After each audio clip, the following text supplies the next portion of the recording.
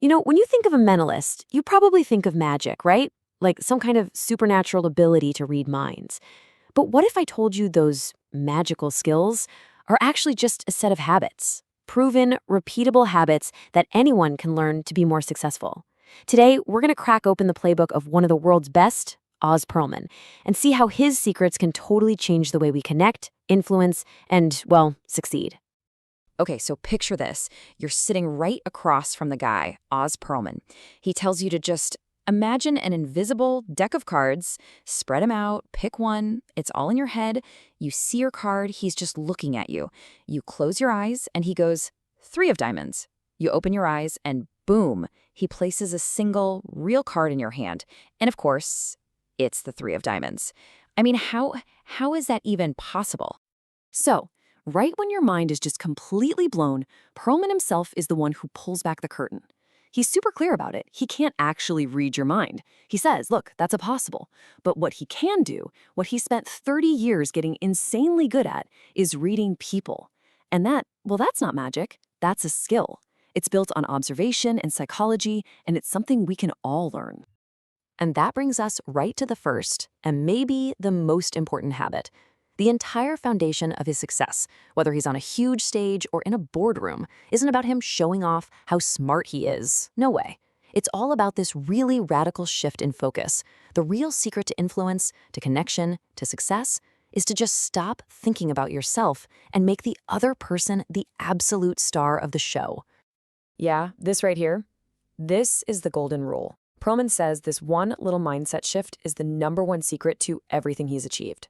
I mean, think about it, right? In pretty much any interaction, a sales pitch, a job interview, heck, even a first date, we're so wrapped up in our own heads. We're thinking, what am I going to say next? How do I look? What do I want? The real power move is to flip that script completely. Okay, so how do you actually do this? Well, it boils down to a few key things. First, you have to genuinely listen, like really listen to understand what they need. Then you got to get ahead of their objections before they even say them. You start talking in terms of benefits, what's in it for them.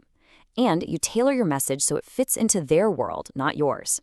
And maybe most importantly, you remember the small stuff, the little details. And this quote, man, it just nails the power of that last point. Think about it.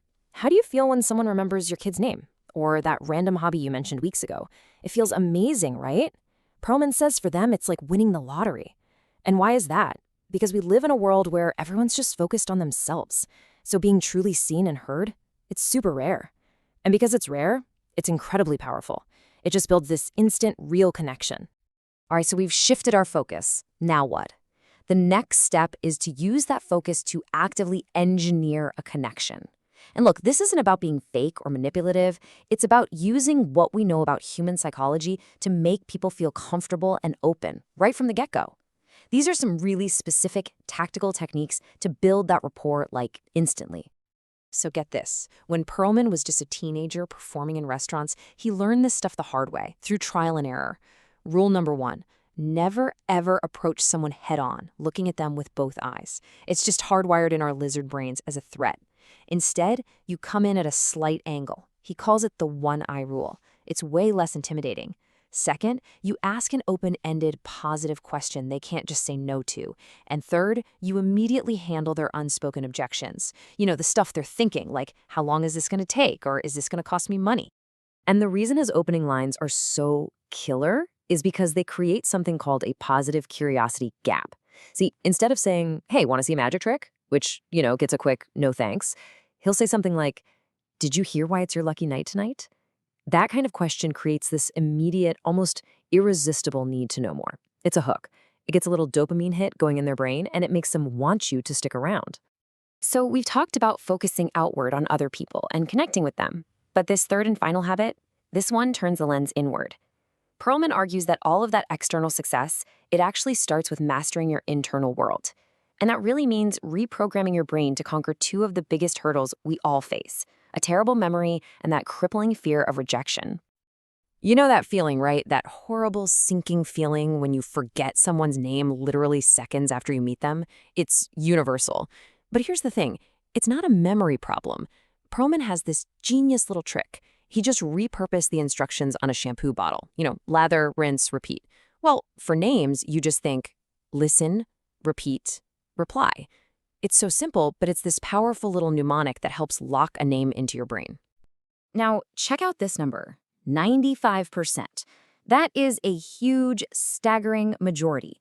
What on earth could 95% of us be getting wrong when it comes to something as basic as remembering a name? And here it is. It's the very first step. 95% of us fail right at the beginning because we don't actually listen.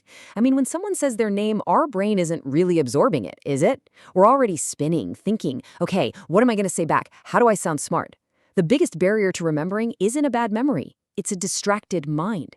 If you can just quiet your mind and listen, that's the whole game changer, right there. Okay, but what about that fear of rejection? The fear that stops so many of us from even trying in the first place. Well, to fight this, Pearlman basically built this mental armor for himself. He created two separate personalities. There's Oz the Entertainer, and then there's the real Oz Pearlman. So if Oz the Entertainer gets rejected at a table, it doesn't actually hurt the real person underneath. See? That rejection is aimed at a professional persona, not his actual core identity. And this little mental trick allows him to insulate his self-worth from failure and build this just unstoppable resilience. So once you start to master these habits, focusing on them, engineering connection, and mastering your own mindset, we finally get to the real trick. And believe me, it has nothing to do with deception or manipulation. The real reason to learn these skills is something much deeper. And this is where we see the huge difference. You've got stage mentalism on one hand, and its whole goal is just amazement. It uses misdirection to get a round of applause. But the real-life mentalism we've been talking about, that is a totally different goal. Building trust and connection. Its method isn't misdirection at all. In fact, it's the exact opposite. It's all about intense, focused attention. And the reward isn't some claps, it's real, lasting success in your relationships and your career. So when you boil it all down, the greatest trick you can ever pull off isn't guessing a card or a name. It's using these skills to give someone your complete, undivided attention, to really listen, and to make them feel truly seen and understood in a world that so rarely does that. That's not magic, that's connection. And that's a power we can all start using, like right now. So the only question left is, who are you going to focus on first?